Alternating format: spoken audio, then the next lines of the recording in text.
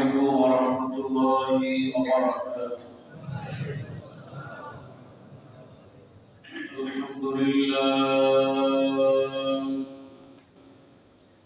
الحمد لله نحمده ونستعينه ونستغفره ونؤمن به ونتوكل عليه ونعوذ بالله من شرور أنفسنا ومن سيئات أعمالنا من يهده الله فلا مضل له ومن يضلل فلا هادي له ونشهد أن لا إله إلا الله وحده لا شريك له ونشهد أن سيدنا ونبينا وحبيبنا وطبيبنا الذي أرسله بالحق بشيرا ونذيرا وداعيا إلى الله بإذنه وسراجا منيرا فقد قال الله تعالى في القرآن العظيم أعوذ بالله من الشيطان الرجيم بسم الله الرحمن الرحيم إن الله وملائكته يصلون على النبي يا أيها الذين آمنوا صلوا عليه وسلموا تسليما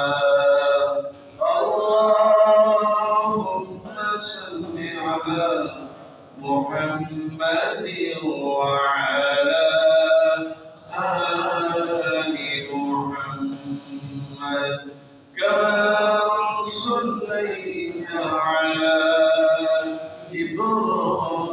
إبراهيم وعلى آل إبراهيم إنك حميد مجيد اللهم بارك على محمد وعلى آل محمد كما باركت على إبراهيم وعلى آل إبراهيم إنك حميد مجيد الحمد لله আমরা সকলেই মহান আল্লাহ সুবহানাহু ওয়া তাআলার শুকর আদায় করছি যে আল্লাহ সুবহানাহু ওয়া তাআলা দোয়া কবুলের উত্তম এই দিনে পবিত্র জুমার দিন আমাদের সবাইকে মসজিদে এসে সালাত আদায়ের খুতবা শোনার যে একটি সুযোগ করে দিয়েছেন সেই জন্য মহান আল্লাহর কাছে শুকর আদায় করছি আলহামদুলিল্লাহ ربنا لك الحمد حمدا كثيرا طيبا مباركا فيه ইয়া রাব্বি লাকাল হামদু কামা ইয়ানবাগি লিজালালি ওয়াজহিক ওয়া আযীম সুলতানিক। আমরা আল্লাহর শুকর আদায় করে নিলাম, কারণ মুমিনের কাজ হচ্ছে সর্ব অবস্থায় শুকর আদায় করবে কার? বিপদে মুসিবতে, সুখে শান্তিতে, আনন্দ বেদনায়, সর্ব অবস্থায় আল্লাহর শুকর আদায় যারা আদায় করবে, নারী আর পুরুষ সে যেই হোক, আল্লাহ পাক বলেন লাইন শাকারতুম লাযিদান্নাকুম, যারাই আমার শুকর আদায় করবে আমি আল্লাহ রাব্বুল আলামিন আমার নিয়ামতগুলো তাদের জন্য বাড়াই দিব। কাজেই যারা যুগে যুগে আল্লাহর নিয়ামতের শুকরিয়া আদায় করেছেন, আল্লাহ রাব্বুল আলামিন তাদেরকে বেশি বেশি করে নিয়ামত দিয়েছেন। আজকে মসজিদুল ইলাহ যে সমস্ত মুসল্লিরা এসেছেন, পর্দার আড়ালের আমার মা এবং বোনেরা যারা শুনছেন, আল্লাহ সুবহানাহু ওয়া তাআলার কাছে সাহায্য চাই, আল্লাহ পাক যেন আমাদের সকলকে তার নিয়ামতে ভরপুর করে দুনিয়া থেকে ঈমানি মৃত্যু দান করে পড়ে আমিন। দুরূদ ও সালাম মানবতার মুক্তির দূত নবী মুহাম্মদ রাসূলুল্লাহ সাল্লাল্লাহু আলাইহি ওয়াসাল্লামের জন্য। আল্লাহর নবী মানুষের কল্যাণে, দ্বীনের জন্য, ইসলামের জন্য, মানবতার জন্য, গোটা সৃষ্টি সমাজের জন্য আল্লাহ সুবহানাহু ওয়া তাআলার হাবিব তার জীবনের অক্লান্ত পরিশ্রম করে গিয়েছেন, এমনকি তার জ্ঞান আছে জানা অবস্থায় কাউকে আঘাত না করে বরং হুসনুল খুলক, উত্তম চরিত্র দিয়ে মানুষের কল্যাণে কাজ করেছেন। আমরা দোয়া চাই আল্লাহ সুবহানাহু ওয়া তাআলা যেন আজকে আমরা যারা মুসল্লি আছি, কিয়ামতের দিন একজন নগণ্য উম্মত হিসেবে আল্লাহ পাক যেন তার নবীর হাতে হাত রেখে আমাদেরকে জান্নাতে যাওয়ার তৌফিক দান করে আমিন। সেই সাথে সালাম জানাচ্ছি সমস্ত নবীন, সিদ্দিকীন, শুহাদা, সালিহিন যারা দ্বীন প্রতিষ্ঠার জন্য আল্লাহর জমিনে আল্লাহর হুকুমত খেলাফত কায়েমের জন্য তারা তাদের সবকিছু আল্লাহর রাস্তায় বিসর্জন দিয়েছেন, এমনকি প্রয়োজনে নিজের জীবনটাকেও আল্লাহর রাস্তায় বিলিয়ে দিতে কর্তব্যবোধ করেন। আল্লাহ পাক জান্নাতে তাদের সর্বোচ্চ মাকাম দান করুন বলে আমিন। সম্মানিত মুসল্লিয়ানে কেরাম, ঈদের পর অনেক দূরে আপনারা গিয়েছিলেন, কেউ গ্রামের বাড়ি গিয়েছেন, কেউ আত্মীয় স্বজনের বাড়ি গিয়েছেন, কেউ মসজিদের এরিয়া থেকে মোটামুটি একটু দূরে ছিলেন। যারাই গিয়েছিলেন আল্লাহ পাক যাদেরকে নিরাপদে নিয়ে আসছেন, আল্লাহর শুকর আদায় করছি। আল্লাহ রাব্বুল আলামিন মসজিদুল ইলাহ জালেশ্বরের যত ভাড়াটিয়া, যত বাড়িওয়ালা সবাইকে যেন আল্লাহ নিরাপত্তার চাদরে বেষ্টনী দিয়ে রাখেন বলে আমিন। আপনারা জানেন যে আমাদের কচিকাঁচা সোনামণিদের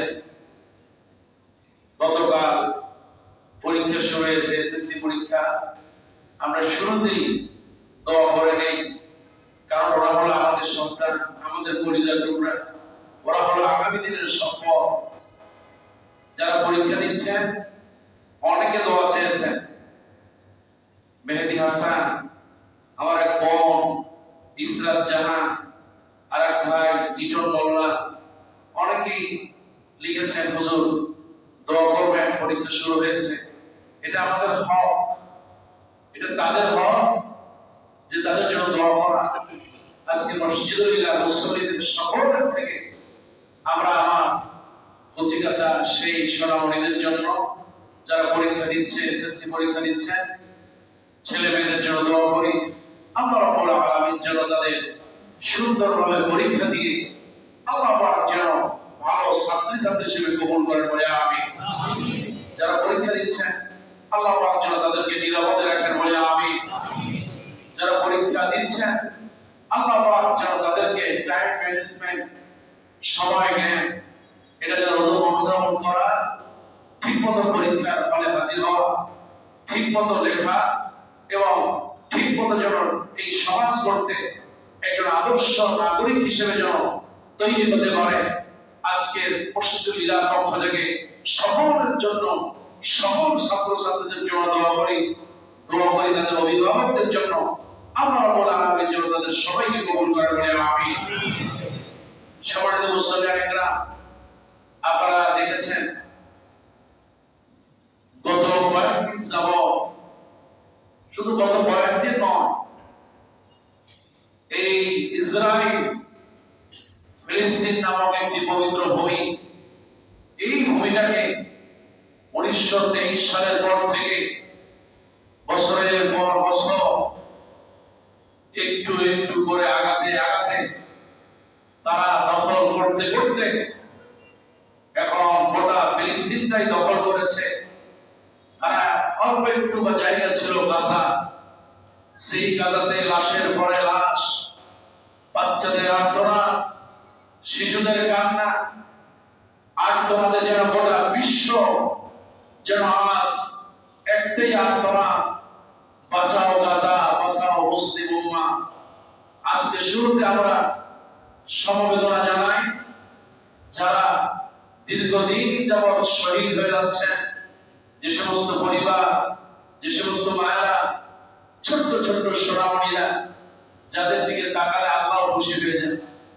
এত ছোট্ট ছোট্ট মানুষগুলোকে তারা হত্যা করছে। আল্লাহর কাছে সাহায্য চেয়ে আল্লাহ যারা শহীদ হয়ে গেছে তাদেরকে শাহাদাতের মর্যাদা দাও বলে আমিন। আর সেই গোলাকা, সেই ইসরায়েল আজ গোটা বিশ্ব নীরব। পৃথিবীর ইতিহাসে এই ফিলিস্তিন যেই ত্যাগ, ফিলিস্তিন যেই কোরবানি করেছে, গোটা বিশ্বের কাছে ঋণী রেখে গিয়েছে। আজ হোক কাল হোক, একদিন এই ফিলিস্তিনে কালেমার পতাকা উড়বে, গোটা ফিলিস্তিন হবে গোটা বিশ্বের ইসলামী খেলাফতের রাজধানী। কথাটা ঠিক কিনা? আমরা দোয়া করছি যারা গোটা বিশ্বের মধ্যে কিছু মানুষেরও আছে যারা আজ পক্ষে কথা বলতেছেন। আজ Europe, America, London, Canada, Britain, Germany, France, সমস্ত বিশ্ব আন্দোলন হচ্ছে, অথচ এই ইহুদিরা তারপরও সমানে মানুষ ছেড়ে যাচ্ছে। হাজার হাজার লক্ষ লক্ষ মানুষ মারতেছে। তারা চায় গাজাকে এই ভূখণ্ড থেকে, মানচিত্র থেকে মুছে ফেলে দিতে চায়, কিন্তু তা কোনদিন সম্ভব। গাজাকে, ফিলিস্তিনকে এই জমিন থেকে মুছে ফেলা সম্ভব। বরং যারা মুছে ফেলতে চায় ইহুদিরা, আজ হোক কাল হোক এই জমিন থেকে একদিন মুছে যাবে, এদের কোনো সন্দেহ। ইহুদিরা আল্লাহর অভিশাপ প্রাপ্ত একটি জাতি, লানত। আর ইহুদিরা আল্লাহর সাথে কুফরি করেছে, বাড়াবাড়ি করেছে। ইহুদিরা আজ গোটা বিশ্বময় নেতৃত্ব দিচ্ছে, মিডিয়া, অর্থনীতি, তারপরে কূটনৈতিক বিভিন্ন মাধ্যমে তারা গোটা বিশ্বকে নেতৃত্বের জায়গা আছে।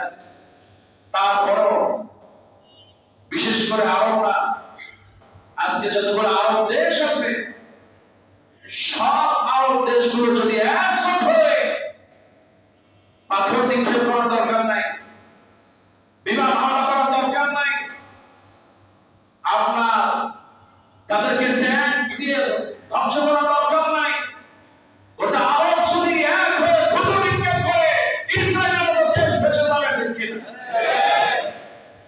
কিন্তু আজ আমরা দেখছি গোটা আরব নীরব, গোটা আরব নীরব। কিন্তু বিজয় আসবে ইনশাআল্লাহ। বাংলাদেশের অবস্থা দেখেন না। 16 বছর কেউ তো বুঝতে পারে নাই যে সে পালাবে, কিন্তু পালাইছে, এটাই সত্য, ঠিক কি না? গোটা বিশ্ব ইনশাআল্লাহ একদিন এই বিজয় আনন্দে শামিল হবে। ইউসুফ আল-কারদাবী রাহিমাহুল্লাহ এই যুগের শ্রেষ্ঠ একজন মুজাদ্দিদ ছিলেন, বড় স্কলার। তিনি বলেছিলেন, ইয়া ফ্রেন্ডস, আল্লাহ যদি আমাকে বাঁচায় তাহলে আমি তোমার বিজয়ের মিছিলে শামিল হব। আমার যতটুকু রক্ত আছে আমি রক্তটুকু তোমার জন্য দিব, আমার যতটুকু শক্তি আছে সবটুকু বিজয় দিয়ে দেব। তারপরে এই কোচ ইহুদিদের কাছে ছেড়ে দেব, বিজয় আসবে ইনশাআল্লাহ। আমরা সেই প্রত্যাশা আছি, বিজয় আসবে। সেদিন ইহুদিরা পালাবার জায়গা পাবে, কেউ তাদেরকে পালাবার জায়গা দেবে না, আশ্রয় দেবে না কেউ। কারণ আল্লাহ রাসূল সাল্লাল্লাহু আলাইহি ওয়াসাল্লাম বলেন, ইহুদিরা গিয়া গাছের পাশে লুকাবে, পাথরের পাশে লুকাবে। সেদিন পাথর কথা বলবে, গাছ কথা বলবে, এই ইহুদিকে ধরো আর একে হত্যা করো। এটাই হচ্ছে আল্লাহর বিধান, এটাই হবে ইনশাআল্লাহ। এতে কোনো সন্দেহ হলো না। আল্লাহ তুমি আলাক্সাকে বিজয় দিয়ে দাও, বলে আমিন। আল্লাহ আমার ভাইরা সারা দিন রাত চিন্তা করেন, কত বড় শয়তান। একটু খাবার ঢুকবে সব সীমান্ত বন্ধ। আর মিশরে যে এখন আছে এটা হলো ইহুদির একটা বাচ্চা সিসি, কথাটা ঠিক কি না? ওর মা হলো মিশরি আর বাবা হলো ফিলিস্তিন, বাবা হলো ইসরায়েল। আমি যখন মিশরে ছিলাম, এই সেই সিসি যারা বিশ্ব প্রেসিডেন্ট মোরসি যখন আমেরিকায় সফর যান, তখন এই সিসি তার স্ত্রীকে মোটামুটি ঘোমটা পড়ায়, মাথায় পট্টি টট্টি দিয়া, মোটামুটি হিজাব টিজাব দিয়া, তারপরে আমেরিকায় সফরে গিয়েছেন। এখন গোয়েন্দা সংস্থার লোকেরা বললো, স্যার আপনি সেরা প্রধান পাল্টায় কোরআনের সেরা প্রদান করেন, দেখেন না তার গৌরব আল্লাহ আপনার ঠিক মতো রাখেন। দুনিয়ার সবচেয়ে নিকৃষ্ট সমারোহ শয়তান, সেটা হলো বর্তমান ইহুদিরা, ভগবান ঠিক কিনা? এই জন্য যদি আজকে প্রেসিডেন্ট মোরসি থাকতেন তাহলে হয়তো এই অবস্থা হতো না। আল্লাহর কাছে সাহায্য চাই, আল্লাহ পাক প্রেসিডেন্ট মোরসির কবরটাকে জান্নাতের টুকরো বানায় দিই, বলে আমিন। তিনি শাহাদাত বরণ করেছেন, তিনি ফিলিস্তিনের পক্ষে কথা বলে গেছেন। আজকে সিরিয়া বিজয় হয়েছে ঠিকই, কিন্তু প্রেসিডেন্ট মোরসি দেখতে পারেন নাই। আজ আবার দোয়া করছি ইনশাআল্লাহ এই আল-আকসা আজ হোক কাল হোক একদিন বিজয় হবে ইনশাআল্লাহ। আমাদের করণীয় কি? আমাদের করণীয় হচ্ছে ফামান রাআ মিনকুম মুনকারান ফালিয়ুগাইয়িরু বিয়াদিহি। যখন কোনো অন্যায় দেখবে তখন প্রতিবাদ করবে, কি দিয়া? হাত দিয়ে করবা। হাত দিয়ে করা যায়। আপনি কম্পিউটার মিডিয়া হাত দিয়ে চাপতেছেন, ফিলিস্তিনের পক্ষে পোস্ট করে দিতে থাকেন, ইউটিউবে যা আছে শেয়ার দেন, এটা হচ্ছে মিডিয়ার যুদ্ধে আপনি শামিল হয়ে গেলেন। ফামান রাআ মিনকুম মুনকারান, অন্যায় দেখেছেন, আপনি রাজপথে ঝাঁপিয়ে পড়েন। আর রাজপথে আপনি নামবেন, এই জায়গায় খবর হয়ে যাবে আমেরিকায়, ঠিক কি না? আজ এই হাদিসের ভিত্তিতে আমাদের প্রিয় ভাই মিজানুর রহমান আসনারী ভাই তিনি একটা ডাক দিয়েছেন, মার্চ ফর গাজা। আগামীকাল বিকাল 3টায় শাহবাগ থেকে সোহরাওয়ার্দী উদ্যান। আশা করি ঢাকা শহরে মানুষ জায়গা দেওয়া যাবে না ইনশাআল্লাহ। কারণ গাজা হলো আমাদের হৃদয়, গাজা আমাদের ভালোবাসা। আজকে গাজার জন্য মন কাঁদে, প্রাণ কাঁদে। অন্তত একটু হলেও আমরা প্রতিবাদ জানাবো ইনশাআল্লাহ। ফামান রাআ মিনকুম মুনকারান ফালিয়ুগাইয়িরু বিয়াদিহি, সে যেন হাত দিয়ে প্রতিবাদ করে। আর যদি না করে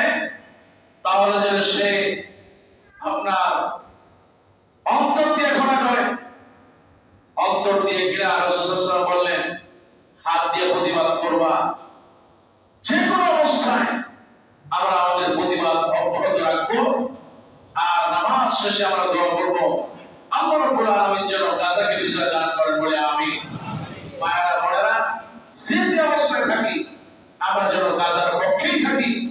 আল্লাহ পাক আমাদেরকে কবুল করুন, বলে আমিন।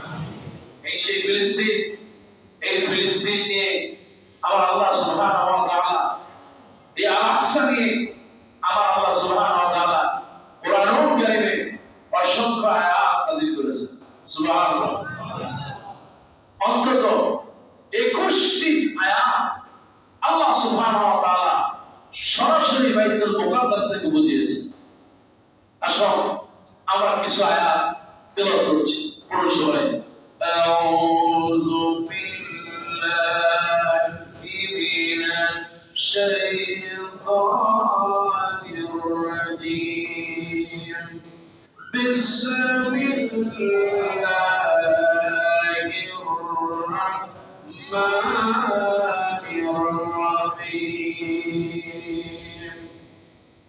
সুবহানাল্লাযী আসরা বি'আবদিহি লাইলান মিনাল মাসজিদিল হারাম ইলাল মাসজিদিল আকসা।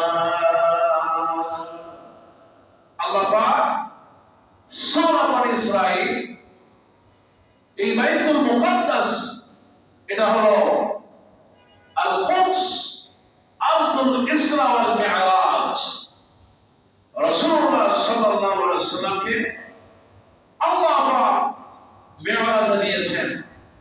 এই মি'রাজে নেওয়া যে জায়গাটা, সেটা হলো এই কুদস, আল-আকসা। সুবহানাল্লাহ।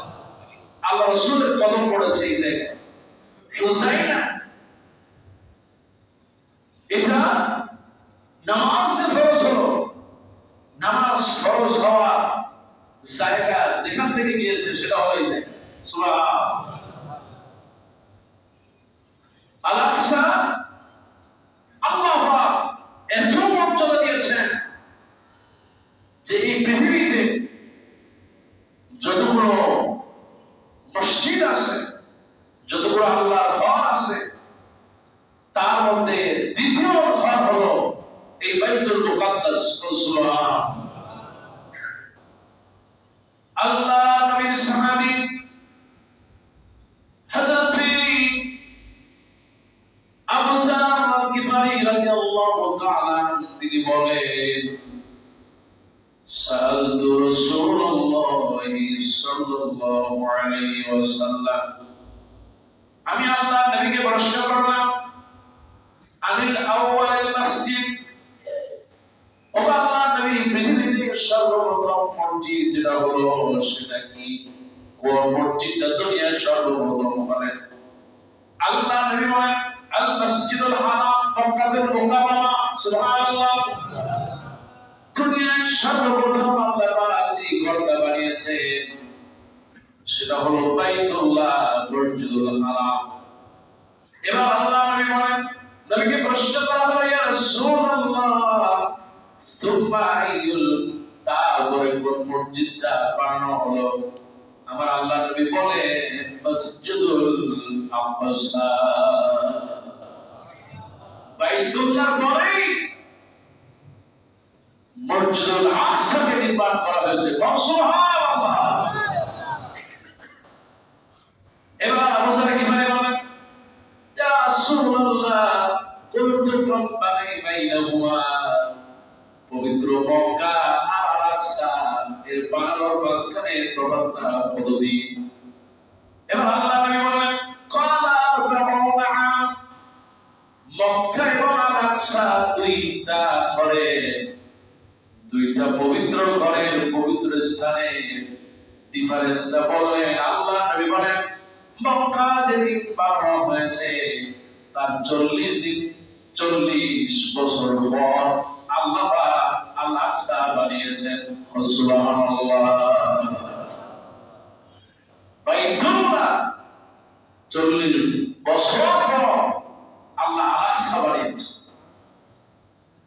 এই সে আল-আকসা আল্লাহ রাব্বুল আলামিন কোরআনুল কারীমের মধ্যে বলেন, ওয়াকাদাইনা ইলা বানি ইসরাঈল ফিল কিতাব لتفسدون في الأرض আল্লাহ বলেন আমি বনী ইসরাঈলদেরকে এই এলাকায় পাঠাইলাম বসবাস অবস্থানের জন্য দিয়েছিলাম কিন্তু তারা এই জমিনটাকে ফাসাদ সৃষ্টি করে ফেললো কথা বলবেন কিনা বনী ইসরাঈলকে পাঠিয়েছেন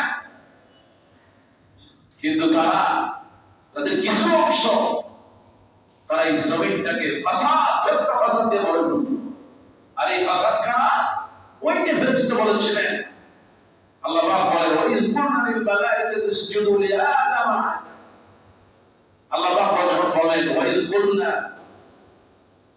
ইন্নী জাইলুন ফিল আরদি খলিফা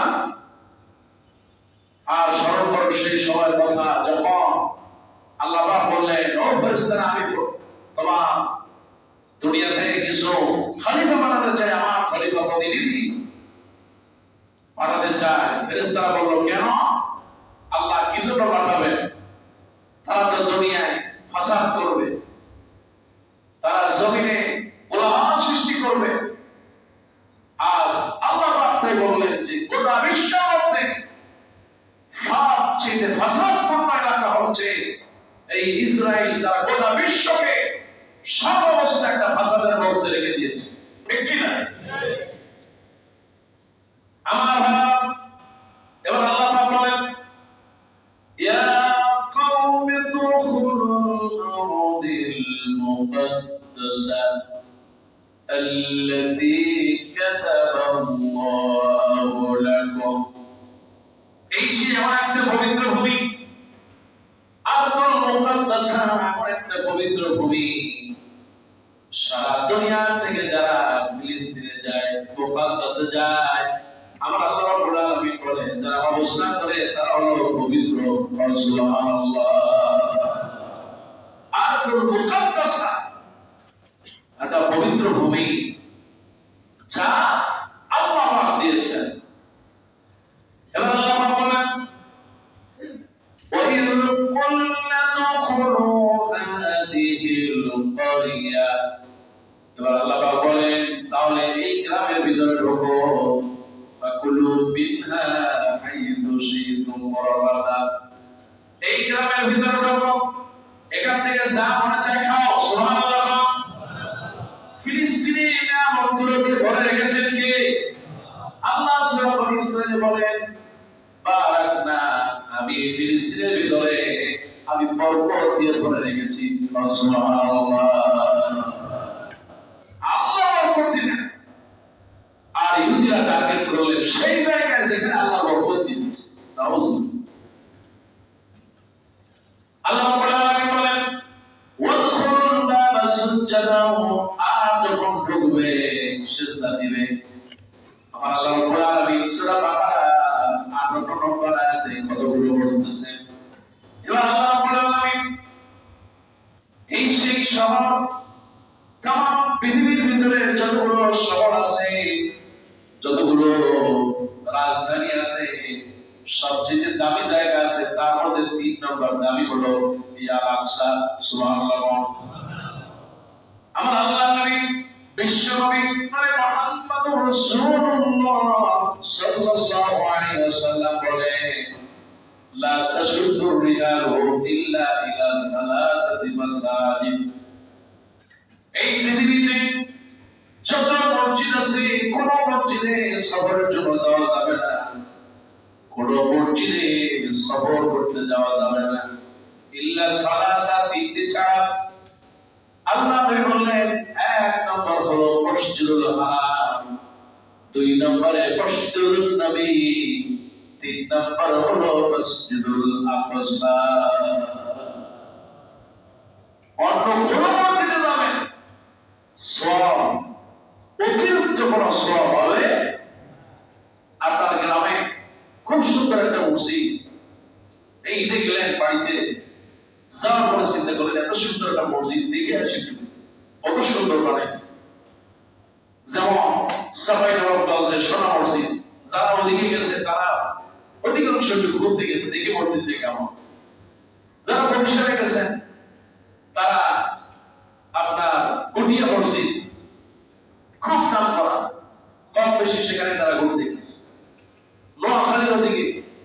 খুব সুন্দর মসজিদ কিছু হয়েছে। তারপরে সাতকানিয়া চট্টগ্রাম অনেক সুন্দর একটা মসজিদ ইদানিং হয়েছে। তা আপনি মসজিদ করতে বাড়ি যাচ্ছেন, সামনে মসজিদ পড়ে গেছে কিংবা সুন্দর, মাশাআল্লাহ দেখে নিলাম, নামাজ পড়বেন। এতে এ জায়গা নামাজ পড়লে যা সব ওখানে বললো একই সব, কোনো বাড়তি কমতি।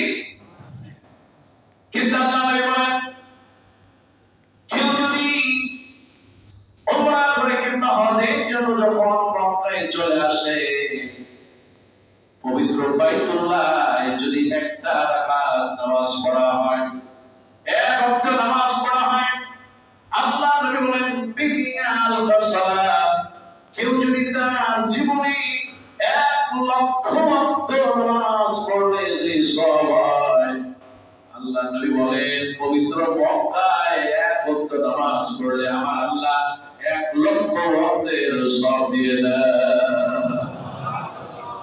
রাস্তে বলে সুবহানাল্লাহ, মুসলমান আওয়াজ সুবহানাল্লাহ। আসল নামাজ তাই পড়তে জীবন তাই হয়ে যায়। আর আল্লাহ বলেন, আল্লাহ রাসূল বলেন একটা বার যদি সিজদা দাও তোমার 1,00,000 সিজদার সওয়াব হবে। সুবহানাল্লাহ। আল্লাহ মক্কার জন্য আমাদের সবাইকে তুমি কবুল করে নাও। আমিন। আল্লাহ আমার মা বোনরা যারা এখনো পবিত্র কাবা দেখে নাই, মিলাদটা ধরে নাই, আল্লাহ হাজরার সাথে চুমু খায় নাই, আবার মা বোনদের জন্য দোয়া করে আল্লাহ তুমি তাদেরকে পবিত্র কাবার মিলাদের কাছে পৌঁছায় দাও। আল্লাহ ওই জায়গায় গিয়ে অন্তত আসক্ত নামাজ আমাদের সাথে বড় তৌফিক দাও।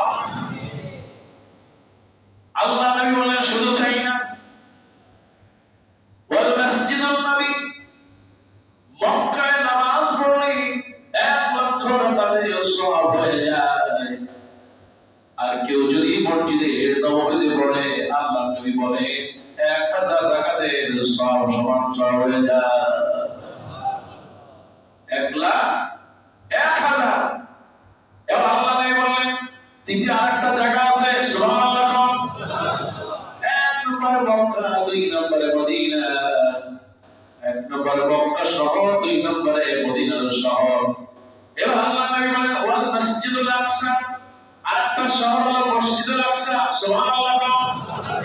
নবী বলেন কেউ যদি মসজিদুল আকসাতে নামাজ আদায় করতে পারে, আমার আল্লাহ রাব্বুল আলামিন এক ওয়াক্ত নামাজের বিনিময়ে 500 রাকাতের সওয়াব আল্লাহ দিয়ে দেন।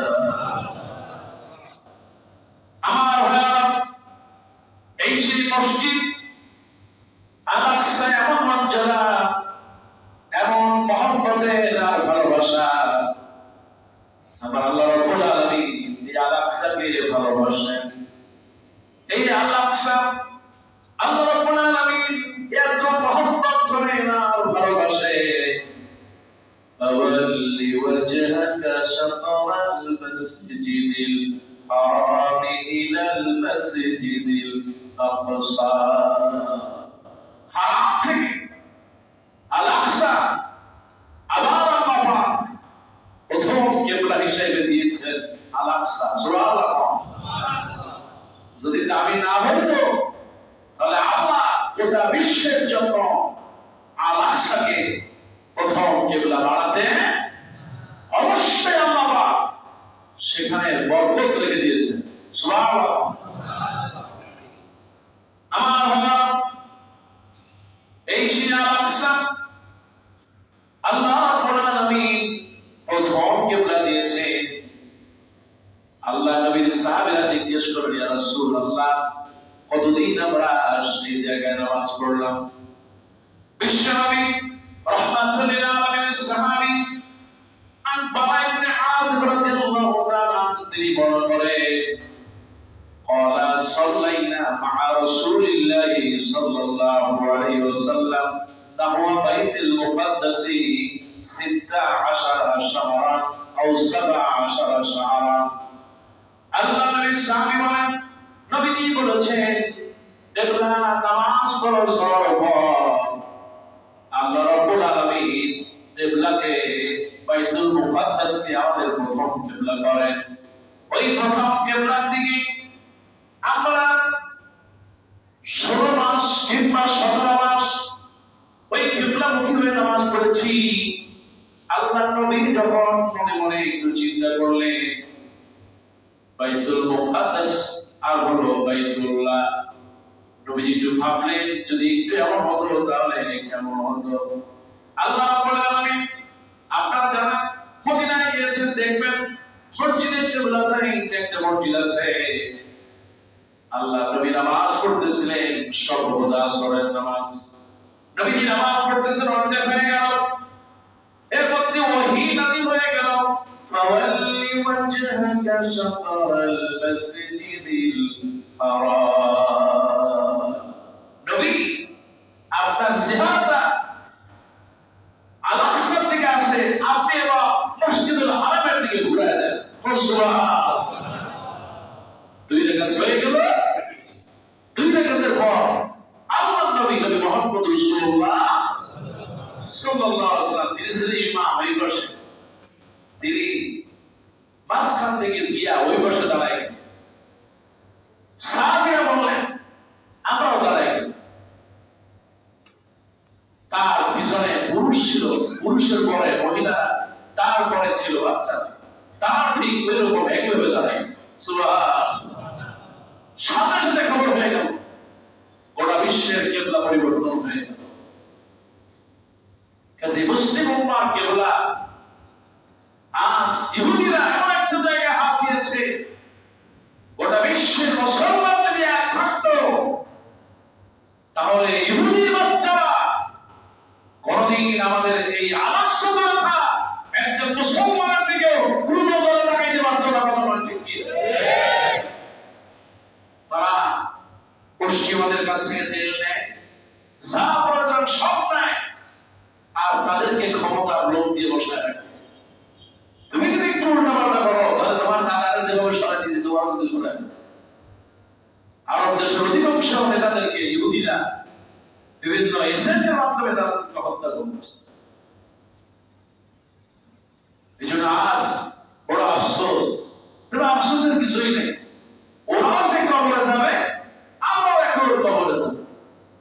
সেদিন আল্লাহর কাছে আজকে হতে পারে কাবার দায়িত্বে আছে, মদিনার দায়িত্বে আছে, আরো বিশ্বের বড় বড় দায়িত্বে আছে, বিলিয়ন বিলিয়ন ট্রিলিয়ন ডলার আছে, রিয়াল আছে, কিন্তু সেদিন আসামির কাজ করা না হতে হবে। কে দাঁড় করাবে? ওই দিন আজ যারা হত্যা হয়েছে, যারা শহীদ হয়ে গেল, সেদিন তারা বলবে বিআই যামবিন কুতিলাত, আমাদের চোদ্দ গোষ্ঠীরা আমাদেরকে কি কারণে তোমরা হত্যার জন্য সাহায্য করেছিলা? বিআই যামবিন কুতিলাত, আমার কি অপরাধ ছিল? আমি তো একজন শিশু ছিলাম, আমার মায়ের কি অসুখ, কি সমস্যা ছিল, অপরাধ ছিল? আমার গর্ভবতী মায়েদেরকে গুলি করে তারপরে ঘরের ভিতরে রেখে দেওয়া হয়েছে। আমার ভাইয়ের কি অপরাধ ছিল? তাদেরকে পলিথিন পেঁচায়া, গোটা শরীরে পলিথিন পেঁচায়া, তারপরে ঝুলাইয়া যতক্ষণ পর্যন্ত না মরে ততক্ষণ ঝুলাই রাখা হয়েছিল। আমি কি করেছিলাম? আমাদের কি দোষ ছিল? সেদিন আল্লাহ গোটা বিশ্বের কাছে তাদেরকে জিল্লাত দিয়ে অপমান করে সেদিনকে জাহান্নামে দিয়ে দেবে, এতে কোনো সন্দেহ না। আজকে বড় বড় শায়েখ হয়েছে, টুপি আর রুমাল লাগালেই শায়েখ হওয়া যায় না। যদি তোমাকে শায়েখ হতেই হয় তাহলে ইবনে তাইমিয়ার দিকে তাকাও, যে ইবনে তাইমিয়া রাহিমাহুল্লাহ ইসলামের জন্য মানবতার জন্য জেলখানায় গিয়েছিলেন। তোমাকে যদি আলেম হতেই হয় তাহলে ইবনে তাইমিয়ার মতো, ইমাম আবু হানিফা রাহিমাহুল্লাহর মতো, ইমাম শাফিঈ রাহিমাহুল্লাহর মতো, ইমাম আহমদ ইবনে হাম্বলের মতো হতে হবে, যে জীবন যাবে কিন্তু জালেমদের কাছে মাথা নত করব না। কিন্তু আজ গোটা বিশ্ব যেন তাদের কাছে মাথা নত করে দিচ্ছে। জবান বলে নাউযুবিল্লাহ। আজ বড় আফসোস, ওয়াল মুস্তাদআফিনা মিনার রিজাল ওয়ান নিসা ওয়াল উইলদান। আল্লাহ পাক কোরআন বলতেছেন যে মুস্তাদআফিন, দুর্বল যারা অসহায়, তারা বলে আল্লাহ আমাদেরকে করিয়া থেকে বের করে নাও। আজকে গোটা বিশ্বের ভিতরে গাজা এমন একটা এলাকা, এমন একটা শহর, তারা যেন গোটা কড়াইয়ের ভিতরে তারা জ্বলতেছে। আর আমরা মুসলিম উম্মাহ, আমাদের কিছুই করার নাই। আল্লাহ আমরা যতটুকু করি আল্লাহ যেন অন্তর্দি করার তৌফিক দান করে, আমিন। আমরা যতটুকু পারি অন্তত চোখের পানি ফেলে কাঁদি, চোখের পানি দাম অনেক বেশি। আল্লাহ আমাদেরকে কবুল করুন বলে আমিন। ছোট্ট একটা বাচ্চা কিংবা বড় ছেলে মেয়ে নাতি, তাই যদি 2-4 দিন চোখের সামনে না দেখেন, কলিজাটা ঠিক থাকে। একই ঘরে বাবা মা সন্তান সব মিলে শহীদ হয়ে যাচ্ছে, পৃথিবীতে কষ্ট আর থাকতে পারে। আমার ভাইয়া, আরদুল মুকাদ্দাসা, পবিত্র ভূমি এই ফিলিস্তিন আজ যেভাবে করে দখলদাররা দখল করছে, আমার আল্লাহ রাব্বুল আলামিন বলেন খবরদার না তাদের অনুসরণ করবা না। কিন্তু আমার দেশে দেখা যায় কিছু মৌলবী ইসরায়েলের পাসপোর্ট নিয়ে ইসরায়েলে ঢুকছে। শয়তান সব সাথেই 16 বছরে কিছু মৌলবী ছিল জান্নাতে যাওয়ার সার্টিফিকেট দিচ্ছে, আছে না? আবার কতজন জননী বলে একেবারে ভাইকে জায়গা দুনিয়ার ইতিহাসে এটা খুব কমই আছে। মসজিদের ইমাম পর্যন্ত বানাইতে হয়, সেটা বাইতুল মুকাররমের দিকে তাকালে দেখা যায়, ঠিক কি? তো ইসরায়েলের পক্ষে দেখবেন কিছু কথা বলবে, সে ব্যাপারে আমাদের সজাগ থাকতে হবে। কারণ যেখানে অন্যায় সেখানেই প্রতিবাদ, ইনশাআল্লাহ। রাসূল বললেন তাহলেই তোমার ঈমানটা বেড়ে গেছে। আর অন্যায় দেখবা, আল্লাহ পাক বলেন কুনতুম খায়রা উম্মাহ উখরিজাত লিন-নাস তা'মুরুনা বিল মা'রুফ ওয়া তানহাউনা আনিল মুনকার। তোমরা হলো শ্রেষ্ঠ জাতি, তোমাদের কাজ হচ্ছে তোমরা মানুষকে ভালো কাজের আদেশ দিবে, অন্যায় কাজ থেকে নিষেধ করবে। এই জাতি যখন অন্যায় থেকে নিষেধ করা ভুলে গেল, ভালো কাজের আদেশ ঠিক আছে, আসেন ভাই আসেন, এই করেন সেই করেন, কিন্তু অন্যায় কাজ থেকে যখন নিজেকে ফিরায় রাখো, খবরদার এটা যদি করো তাহলে কিন্তু খবর আছে। এর থেকে যখন বিরত আসলো, তখনই এই জাতির অধঃপতন শুরু হয়ে গেল। সেজন্য আমাদের মুসলিম হিসেবে আমাদের মূল কথা হচ্ছে আল্লাহ ছাড়া কারো কাছে মাথা নত করব না। 2 নম্বর হচ্ছে সর্ব অবস্থায় কোরআন এবং সুন্নাহ অনুযায়ী আমল করার চেষ্টা করব। আর আল্লাহ পাক যে কয়দিন হায়াতে বাঁচিয়েছেন, এই হায়াতটা আমার না, হায়াতটা কার? আল্লাহ রাব্বুল আলামিন বলেন আমি তোমাদেরকে হায়াত দিলাম, আর এই হায়াতটা আমি আল্লাহ রাব্বুল আলামিন তোমাদের কাছ থেকে জান্নাতের বিনিময়ে কিনে নিলাম। সুবহানাল্লাহ। ইন্নাল্লাহ আশতারা মিনাল মুমিনিনা আনফুসাহুম ওয়া আমওয়ালাহুম বিআন্না লাহুমুল জান্নাহ। আমাদের সম্পদ, আমাদের জীবন, এটা যদি আমরা আল্লাহর রাস্তায় বিলিয়ে দিতে পারি, তাহলেই আল্লাহ আমাদেরকে জান্নাত দিয়ে দিবেন ইনশাআল্লাহ। আমরা এই জন্য বাস্তব জীবনে যখন আল্লাহ রাব্বুল আলামিন আমাদেরকে দুনিয়া থেকে যখন নিয়ে যাবে, আমাদের মৃত্যুটা যেন জান্নাতি মৃত্যু হয়, বলে আমিন। আল্লাহ যেন শাহাদাতের মৃত্যু দান করেন, বলে আমিন। নবীজি সব সময় দোয়া করতেন, সাহাবারা দোয়া করতেন, আল্লাহুম্মা জাআলনি শাহাদাতান ফি সাবিলিক ওয়াজআল মাউতি ফি বালাদি রাসূলিক। সাহাবারা দোয়া করতেন, ও আল্লাহ মৃত্যু যদি হয় তাহলে শাহাদাতের মৃত্যু দাও, আর যদি মরণ চলে আসে তাহলে মদিনায় মৃত্যু দিয়ে দাও। সুবহানাল্লাহ। দোয়া করতে হবে সব সময়, কারণ মরা তো লাগবেই। আর শহীদে আজ গোটা বিশ্ব ফয়সালা দিয়েছে, যারা শ্রেষ্ঠ স্কলার। আজকে ইহুদিদের বিরুদ্ধে জিহাদ করা ফরজ হয়ে গেছে। ইহুদিদের বিরুদ্ধে বাঁচতে হলে, লড়াই করতে হলে জিহাদের কোন বিকল্প।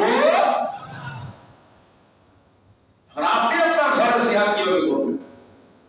ইহুদিদের পণ্য এক নম্বর আপনার কাজ, ইহুদিদের পণ্য আর আমার পয়সায় কিনবো এ ওয়াদা কি আমরা করতে পারি? কারা করতে পারি? হাত তুলে দেখা। আল্লাহ তুমি হাতগুলো কবুল করো বলে আমিন। ইহুদিদের পণ্য বর্জন করতে হবে এক নম্বর, কারণ এই সম্পদ দিয়েই তারা বুলেট কিনতেছে, আমার ভাইদেরকে হত্যা করতেছে। এখন ইহুদি পণ্য সেগুলা কেনা যাবে না, চুরি করা যাবে নাকি? কিছু তো দেখা গেছে আপনার বাটার দোকানে যায়, তারপরে পাইছি আল্লাহ রাস্তায় যা আছে যেটা পারি গেছে একজন নিয়ে এসে ৬-৭ জন চা পাইছে তাই, কিন্তু এরা কারা খুঁজে দেখা গেছে ওরা তো তারা যারা এই শহরের বাজার সৃষ্টি করতে চায়, ঠিক কি না? ওরা তো কারা মাঝে মাঝে শাহবাগ একটু এক জায়গা হয় আপনি না গিয়ে ধরতে, ঠিক কি না? জাতি হিসেবে আমাদেরকে অনেক বেকায়দায় ফেলার চেষ্টা তারা করতেছে, এতে কোনো সন্দেহ হলো। তবে আল্লাহ পাক যাকে সাহায্য করেন, আল্লাহ পাক যাকে সহযোগিতা করবেন, তাকে কেউ অপমানিত করতে পারবে। ইসরায়েলের সমস্ত বর্ণ বর্জন আর অটোমেটিকলি তারা কবুকাত হয়ে যাবে। আসর আর কাবল ইনশাআল্লাহ। তারপরে আপনার যারা এই যে সহি সামারি গুলো করলো, তারা মূলত এটা বোঝাতে চাইলো যে না আমরা এর পক্ষে, আমরা চাই কি নাও যেরকম হারাম আর চুরি করে আনাও হারাম, তাহলে আপনি দুইটা হারামের প্রতি জড়াই বেকায়দা ফেলতেছেন তারে। এই বাংলাদেশে চিন্তা করেন, যতজন প্রেসিডেন্ট ছিলেন, প্রধানমন্ত্রী ছিলেন, আমি কারো নাম নেব না, সেদিন ডক্টর মোহাম্মদ ইউনূস মানুষের সামনে চুয়াত্তরের দুর্ভিক্ষ আপনাদের মনে আছে নিশ্চয়ই, আমি তো অবশ্য দেখি নাই, আপনাদের নিশ্চয়ই মনে আছে। মানুষ কত কষ্ট করেছে সেই চিত্র তুলে ধরতে গিয়ে তিনি কেঁদেছেন। এটা মানুষকে দেখেন, একজন প্রেসিডেন্ট দেখা যে এইভাবে জাতির সামনে কেঁদেছে। হিউম্যানিটি, হিউম্যান ভ্যালুস, যার মানবিক মূল্যবোধ নাই সে মানুষের পর্যায়ে পড়ে। অন্যের বিপদে, অন্যের কষ্টে, অন্যের দুর্দশায় আমাদেরকে সবসময় পাশে থাকা লাগবে। আল্লাহ পাক যেন আমাদের সবাইকে পাশে থাকার তৌফিক দেয় বলে আমিন। আল্লাহর কাছে সাহায্য যে আল্লাহ আজকে আমাদের এই বাংলাদেশটাকে সমস্ত প্রকার বিপদ মুসিবত থেকে তুমি হেফাজত করো বলে আমিন। আমার ভাইরা সবসময় সকলের জন্য দোয়া করবেন। আব্দুল মুকাদ্দাসা ফিলিস্তিনের জন্য সর্বাবস্থায় দোয়া করবেন। ফিলিস্তিন হচ্ছে নবীদের শহর, সুবহানাল্লাহ। আপনাদের মনে আছে নিশ্চয়ই সুলাইমান আলাইহিস সালাম আর ওই যে পিঁপড়ার ঘটনা জানেন আপনারা? এটা হলো এই আল-আকসা, সুবহানাল্লাহ। আল্লাহ রাব্বুল আলামিন এই ঘটনা কোরআন কারীমে সুন্দর করে বর্ণনা করতেছেন। সূরা নাম, সূরা নাম এই জন্য নাম রাখা হয়েছে যেহেতু নাম ৮ নম্বর মানে কি পিঁপড়া। সুলাইমান আলাইহিস সালাম যখন তার সৈন্যবাহিনী নিয়ে যাচ্ছেন, তখন পিঁপড়া যিনি লিডার তিনি বলতেছেন, চিন্তা করেন আল্লাহ কত মহান, সুবহানাল্লাহ। একটা পিঁপড়ার কথা দিয়ে কোরআনটাকে সাজাই দিয়েছে, সুবহানাল্লাহ। আল্লাহ রাব্বুল আলামিন বলেন, পিঁপড়ার কথা এভাবে বললেন, ইয়া النمل ادخلوا مساكنكم لا يهدمنكم سليمان وجنوده وهم لا يشعرون এই সেই নবী সুলাইমান যিনি আলাক্সায় তার রাজ্যকে গড়েছিলেন সুলাইমান আলাইহিস সালাম। আল্লাহ রাব্বুল আলামিন কোরআনুল কারীমে বর্ণনা করেছেন। পিঁপড়া বলল, পিঁপড়ারা বলল, হে পিঁপড়ারা, তোমরা যা করে আসো ভাষা কি রাখো, তোমাদের ঘরের ভিতরে ঢুকে যাও। সুবহানাল্লাহ। আমাদের ঘর না থাকলেও পিঁপড়ার কিন্তু ঘর আছে। আমরা তো ঘরের জন্য কত কিছু করি, গ্যাস পানি বলে ধরি, একটা ফ্ল্যাট কিনবে তাতে কত কিছু করা লাগে, একটা ফ্ল্যাটের মধ্যে যে কত হাজারই অবৈধ পয়সা আমরাই বলো না, কিন্তু আইনা চিন্তা করে খাড়া করে যা আছে বাবা আল্লাহ বলছে। কালকে এক মসজিদে নামাজ পড়তেছিলাম বরিশাল, বললো ভাই ওই যে পয়সাটা হুজুর আর বললেন না, পারলে এটা আরেকটা করে কারোর সাথে একটু কিছু হয়েছে অমনি এই মসজিদে নামাজ পড়বো ওই কিছু নিজে একটা মসজিদ বানাবো।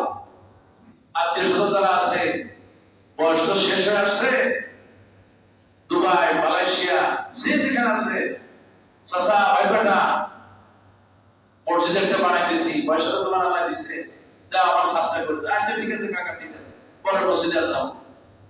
ভাব হয়ে এর মধ্যে কত টাকাতে হারাম আর কত হারাম আল্লাহ করো, কিছু একটু হইলি মাশাআল্লাহ পাক আর ভাব ডিভাইডেড আর ডিভাইডেড। কিন্তু ইসলাম চাই ফাদাসিরু বিহাবলিল্লাহি জামিআ, ঐক্যবদ্ধ হও।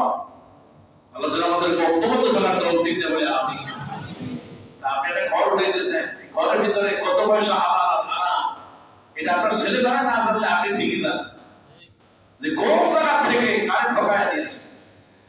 মাটির নিচে ঘরের নিচে যে কাজ জমি ছেলেবেলা না জানলেও আপনি কিন্তু ঠিকই জানেন। আল্লাহ পাক বলেন মাসাকিনাকুম, এই পিঁপড়ারা, পিঁপড়া বলতেছে তার লিডার, ঢোকো তোমাদের ঘরের মধ্যে ঢোকো। আজকে জানি আমাদের অনেকে ঢাকা শহরে ফ্ল্যাট নেই, অনেকের হয়তো বাড়িও নাই, গ্রামে কোনো মতে দিন দিয়ে আছে, চাকরি বাকরি করে কোনো মতে কেটে যায়। আল্লাহ সকলের জন্য দোয়া করি, ছোট্ট একটা ঠিকানা তুমি সকলকে করে দাও বলে আমিন। আর এটা আসতে পার না আমি যারা বাড়ি আছে তারা আমিন বললেন, আল্লাহ যদি আমিন করেন আমরা বাড়াই দিতে পারি। সবাই বলেন আমিন। ঢোকো তোমাদের ঘরের ভিতরে, আর লা ইয়াহতিমান্নাকুম সুলাইমান ওয়া জুনুদু, আর অসতর্ক অবস্থায় সুলাইমান আলাইহিস সালাম এবং তার সৈন্যরা তোমাদেরকে যেন পিছা করতে না পারে। লা ইয়াশউরুন, তারা তো জানবে না যে তুমি তাদের পিছনে আসো, তাদের রাস্তা ছেড়ে দাও, যার যার ঘরে ঢোকো। এইরকম অসংখ্য ঘটনা আল্লাহ পাক এই সেই আল-আকসা এই ফিলিস্তিনের মধ্যে আল্লাহ পাক ঘটিয়েছেন। হযরত নূহ আলাইহিস সালামের ঘটনা আছে, ইব্রাহিম আলাইহিস সালামের ঘটনা আছে, ইউসুফ আলাইহিস সালামের ঘটনা আছে। অসংখ্য নবীদের একটা শহর হলো ফিলিস্তিন। সুবহানাল্লাহ। কাজেই ফিলিস্তিনকে বাঁচাতে আমাদেরকে সার্বিকভাবে এগিয়ে আসতে হবে ইনশাআল্লাহ। আল্লাহ রাব্বুল আলামিন আমাদের সবাইকে ফিলিস্তিনের পাশে সার্বিকভাবে সহযোগিতা, দোয়া, সার্বিকভাবে এগিয়ে আসার তৌফিক দিন বলে আমিন। দোয়া করছি যারা শাহাদাত বরণ করেছেন আল্লাহ যারা শাহাদাতের মর্যাদা দান করেন বলে আমিন। যারা যোদ্ধা আছে, হামাস কিন্তু এখনো বিলীন হয়ে যায়, ছিল, আছে, আগামীতেও থাকবে ইনশাআল্লাহ। আর জালেম যারা জুলুম করতেছে, নম্র আর এই খুনির মতো একদিন তারা বিলীন হয়ে যাবে, এতে কোনো সন্দেহ নাই। দোয়া করে আল্লাহ হামাসের হায়াত বাড়িয়ে দাও বলে আমিন। আল্লাহ তুমি হামাসকে আরো শক্তিশালী করো বলে আমিন। দোয়া করছি আল্লাহ, কত মানুষ যে মরে গেল আল্লাহ, তাকানো যায় না, কি হৃদয় বিদারক, বাচ্চা ছোট ছোট ধৈর্য নিয়ে গুলি করে বের করে দিয়েছে। পৃথিবী কোন মানবতা? জঙ্গলে পশুরাও নিরাপদে থাকে, একটা পশু থেকে আরেকটা পশু নিরাপদে কম বেশি থাকে, কিন্তু মানুষ হিসেবে ফিলিস্তিনের আজ নিরাপদে নাই। যে দোয়া চাই আল্লাহ পাক তাদেরকে নিরাপদ একটি শহর করার তৌফিক দিন বলে আমি। আমার যে ছেলেরা মেয়েরা পরীক্ষা দিচ্ছে আল্লাহ যেন ওদের পরীক্ষা ভালো করো বলে আমি। আল্লাহ আমার ছেলে মেয়েদের পরিবার টুকরাই ছেলে মেয়েদের ছাত্রছাত্রীদের স্বাস্থ্য সুন্দর রেখে মেধাকে সুন্দর করে পরীক্ষা সুন্দর হয়ে দেওয়ার তৌফিক দাও বলে আমি। অভিভাবক হিসেবে তাদেরকে পড়ার পরিবেশ করে দেওয়া, সুন্দর খাদ্য পরিবেশন করা, সার্বিক খোঁজ খবর দেওয়ার তৌফিক দাও বলে আমি।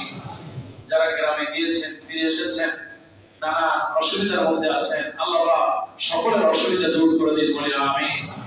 আল্লাহর কাছে সাহায্য চাই আল্লাহ আগামীকাল মার্চ ফর গাজায় বিশাল একটা প্রোগ্রাম তোমার কাছে বলি খাস রহমত দিয়া বরকত দিয়া এই লক্ষ জনতার সমাগমকে আল্লাহ তুমি কবুল আর মঞ্জুর করো বলে আমি। যারা আয়োজন করছে আয়োজকদেরকে উন্নত মেধা এবং তাদেরকে যোগ্য হিসেবে তুমি কবুল করো বলে আমি। আল্লাহ এক বছর এক মাস রমজান কাটিয়ে যারা আমরা উপনীত হয়েছি যারা 6 রোজা রাখছেন বা রাখবেন আল্লাহ সকল রোজাকে তুমি কবুল করো বলে আমি।